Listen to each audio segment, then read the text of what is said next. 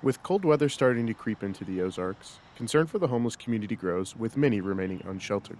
Stretches of 8, 9, 10 nights below freezing, we're going to see people that suffer injuries and frostbite and losing fingers and toes. We're going to see hypothermia. Christy Love from the Connecting Grounds has aided community partnerships of the Ozarks in establishing cold weather shelters around Springfield. While the cold weather shelters can help serve a portion of the homeless community, COVID-19 has made things more difficult. We have to do temperature screenings and health checks to make sure that individuals are going to be able to get on the bus to go to cold weather shelters. Love said COVID-19 has also stopped them from preparing hot meals for those in need. The biggest change for cold weather shelters this season is that due to COVID, they can only operate at 50% capacity. So at East Sunshine Church of Christ, they're only allowed to house 50 men per evening, and at some places around Springfield, it's less than that.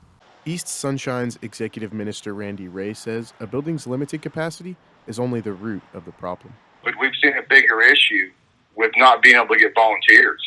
And I know there's been other facilities that are willing to open up as shelters, but they run into the same problem and are having trouble finding volunteers to work the shelter.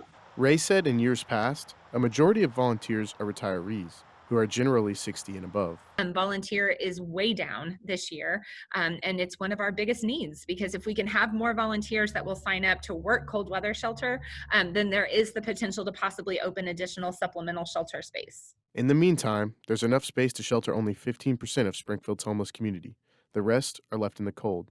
For Ozarks News Brief, I'm Noah Tucker.